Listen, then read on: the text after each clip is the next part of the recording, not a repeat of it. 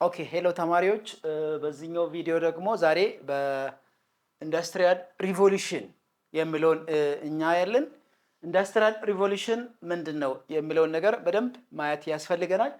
ሶ በዛሬ በዚህ after the end of this lesson student will be able to the first thing was analyzing what was the major factor for ስታርቲንግ ኦፍ ኢንዱስትሪያል ሪቮሉሽን የሚለውን እናያለን። ስለዚህ የኢንዱስትሪ አብዮት በአማርኛ ኢንዱስትሪያል ሪቮሉሽን የምንለው የኢንዱስትሪ አብዮት ነው።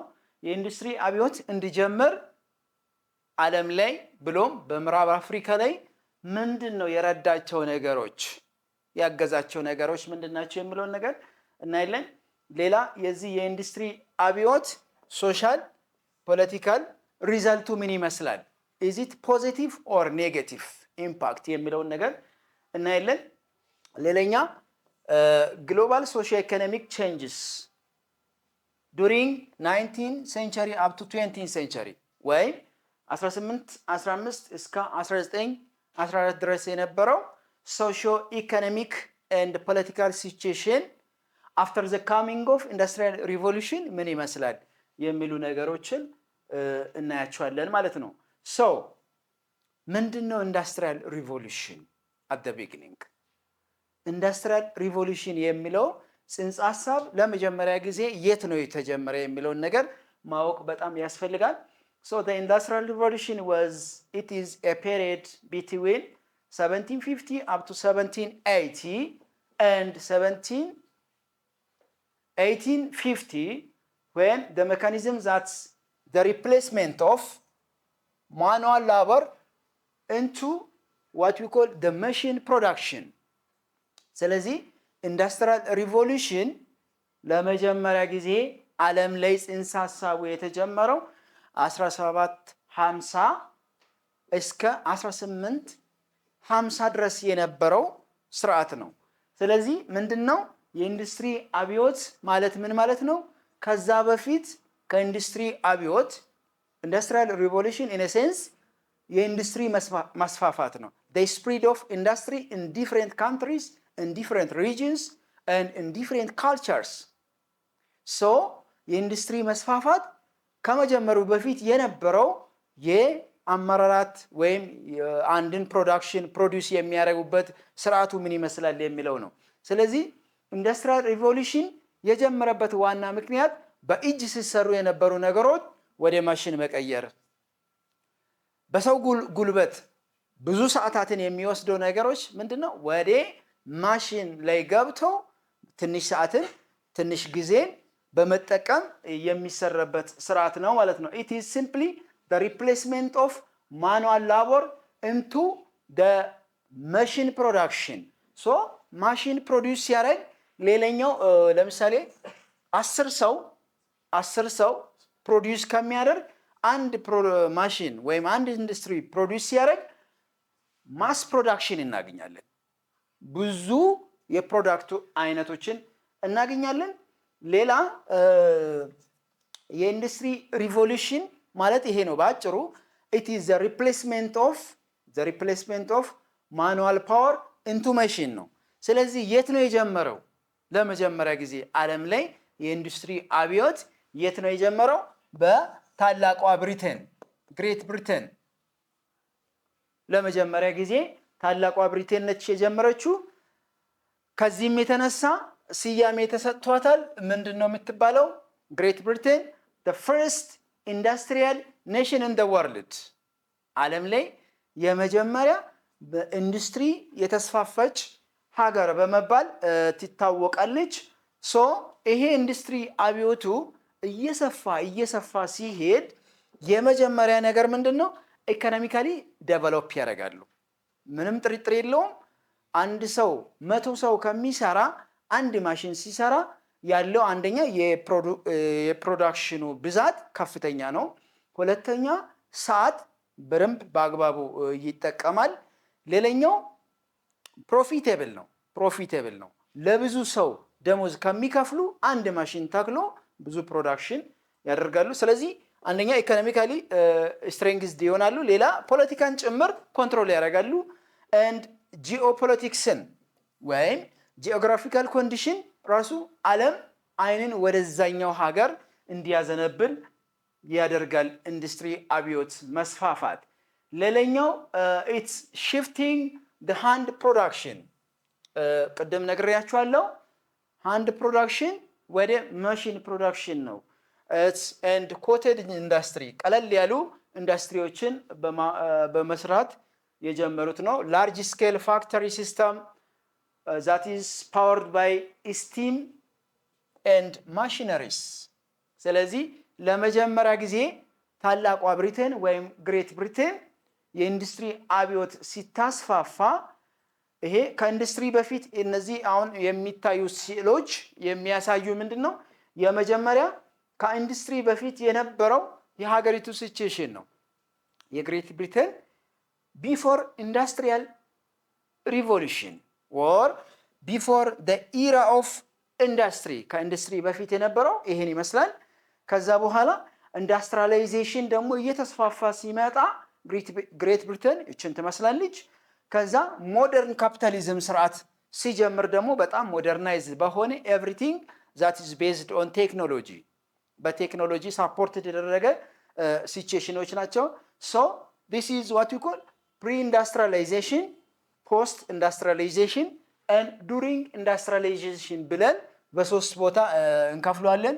ፕሪ ኢንዱስትሪያላይዜሽን፣ ዲስ ዋን ኢዝ ፖስት ኢንዱስትሪያላይዜሽን ኤንድ ዱሪንግ ኢንዱስትሪያል ሪቮሉሽን። ኢንዱስትሪ አብዮት ከመጀመሩ በፊት የነበረው ሲቹዌሽን ከጀመረ በኋላ አሁን ደግሞ የደረሰበት ደረጃ ምን ይመስላል የሚለውን ነገር በደንብ ያሳየናል። ሌላ ምንድነው የኢንዱስትሪ አብዮት አውሮፓ ላይ ስፔሻሊ በምዕራብ አውሮፓ ላይ የኢንዱስትሪ አብዮት እንዲጀምር ያደረጋቸው ምክንያቶች ምንድናቸው? what was the main factor that helped for the industrial revolution?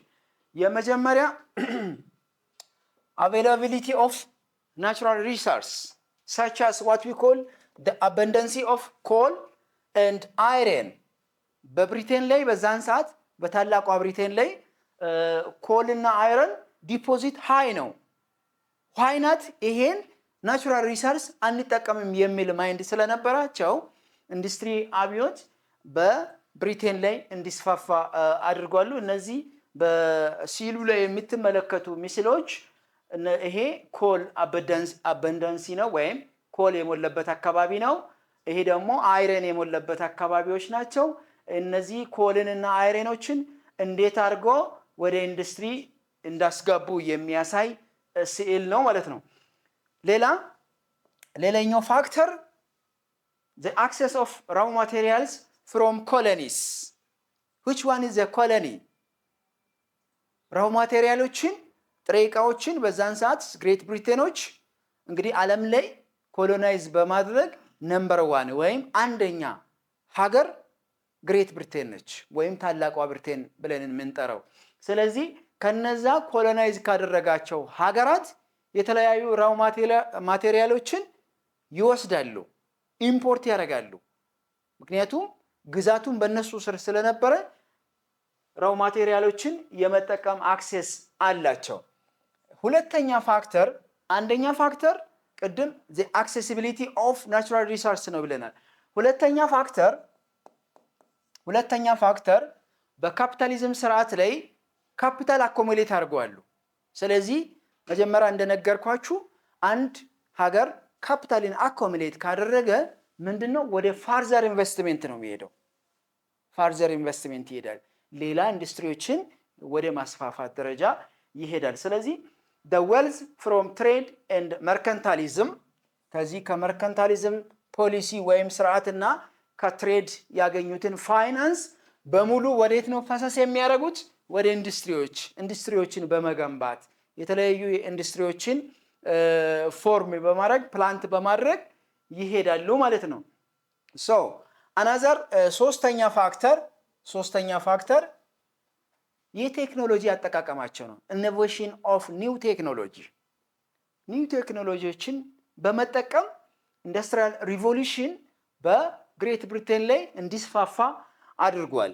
So such as what we call steam engine ለመጀመሪያ ጊዜ steam engine invented የተደረገው በአንድ English scientist his name is James Watt ይባላል 1780ዎቹ ውስጥ የመጀመሪያ steam engine invent አድርጓል so ከዛ በኋላ spinning jenny the power locomotive and the railways እነዚህ የቀላል የባቡር መንገዶች ለመጀመሪያ ጊዜ በግሬት ብሪቴን ላይ በሊቨርፑል ከተማና በማንቸስተር ከተማ ላይ ነው ለመጀመሪያ ጊዜ የቀላል ባቡር የተመሰረተው ማለት ነው ሶ እነዚህ በሙሉ ምንድናቸው የኢንዱስትሪያል ሪቮሉሽን ፋክተሮች ናቸው ሌላኛው ፋክተር